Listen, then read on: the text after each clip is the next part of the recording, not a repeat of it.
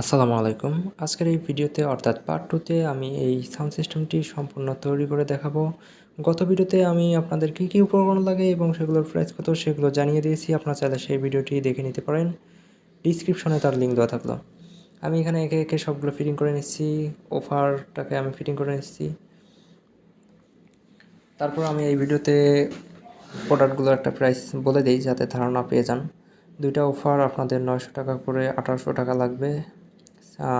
Audio যে বোর্ডটি রয়েছে সেই বোর্ডটি আপনারা 700 টাকায় পেয়ে যাবেন এবং অডিও বোর্ডটিতে পাওয়ার দেওয়ার জন্য একটি ট্রান্সফর্মার লাগবে 24 ভোল্টস হয় এম্পিয়ার, যেটার প্রাইস পড়বে যদি আমরা অ্যালুমিনিয়াম ইউজ করি তাহলে 500 টাকা, আর তামা ইউজ করলে কিছুটা বাড়বে 200-300 টাকা।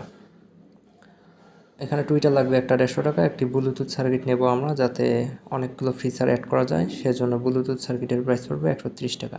আর এই ক্যাবিনেটটার প্রাইস পড়বে আপনার 1000 টাকার মতো। মোটামুটি কত টাকা লাগতেছে তার একটা ধারণা দিয়ে দিলাম। আমি ধীরে ধীরে অফারগুলোতে তার দিয়ে সোল্ডারিং করে নিচ্ছি। আমি এখানে অতটা ভালো মানের তার ইউজ করতে পারিনি, কারণ আমার কাছে ভালো মানের তার ছিল না। তবু চেষ্টা করছি যতটা সম্ভব। আপনারা অবশ্যই এই কানেকশনগুলোতে ভালো মানের তার ব্যবহার করার চেষ্টা করবেন। আপনি যদি এরকম সাউন্ড সিস্টেম তৈরি করতে চান বা তৈরি করার ইচ্ছা থাকে, তাহলে অবশ্যই একটা ভালো অডিও সার্কিট নেবেন। অন্যথায় আপনি সাউন্ড কোয়ালিটি ভালো পাবেন না।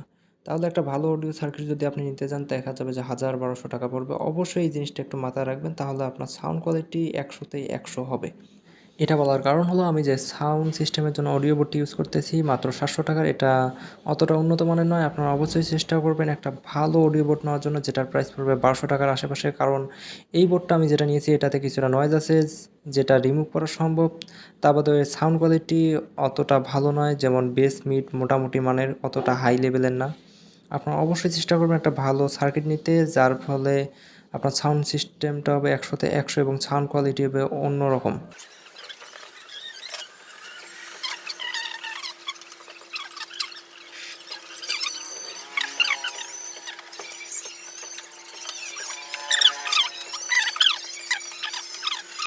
মোটামুটিভাবে আমার সাউন্ড সিস্টেমটি রেডি। এখানে আপনার যে ফিচারগুলো পাবেন, ইউএসবিতে pen drive, card reader use করতে পারবেন, অক্স কেবলের মাধ্যমে 3.5 হেডফোন জ্যাক দিয়ে কানেকশন দিতে পারবেন। তাছাড়াও থাকছে যে ব্লুটুথ সিস্টেম। এখানে আমি অডিও আপনাদের শোনাতে পারতেছি না, কারণ কপিরাইট ইস্যু। এখানে যদি আমি সাউন্ড ইউজ করি তাহলে আমার ভিডিওতে কপিরাইট চলে আসবে, এই কারণে আমি আন্তরিকভাবে দুঃখিত। আর এখানে যদি আমরা টোটাল ওয়াট হিসেব করি তাহলে 24 ভোল্ট 6 এম্পিয়ার দিয়ে গুণ দিলে আস্তে আস্তে 144 ওয়াট। তার মানে এখানে আপনার 144 ওয়াট ট্রান্সফর্মার ব্যবহার করার পরেও এখান থেকে আপনারা ওটা পুরোপুরি পাবেন না, কারণ আমরা জানি এটা ক্লাস ডি সার্কিট না। যেহেতু এটা ক্লাস ডি না, তার মানে আপনারা এখান থেকে 80 ওয়াটের মতো পেয়ে যাব।